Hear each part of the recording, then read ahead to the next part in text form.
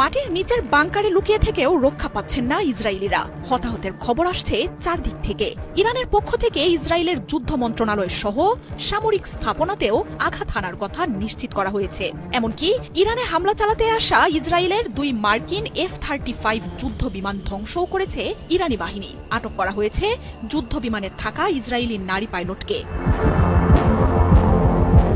ইরানের হামলায় ধ্বংসযজ্ঞের ছবি বা খবরাখবর প্রকাশে কঠোর নিষেধাজ্ঞা জারি করেছে ইসরায়েল। পশ্চিমা গণমাধ্যমগুলোর ভিডিওতেই তেল আবিবে আছড়ে পড়া মিসাইলের দৃশ্য দেখা গেছে। এছাড়াও জেরুজালেম, হাইফা, এইলাতের মতো শহরগুলোতেও ব্যাপক ক্ষয়ক্ষতির কথা জানাচ্ছে গণমাধ্যমগুলো। বহুতল বহু স্থাপনা মাটির সাথে মিশে যাওয়ার খবর পাওয়া যাচ্ছে। একের পর এক বিস্ফোরণের শব্দ শোনা যাচ্ছে ইসরায়েল জুড়ে।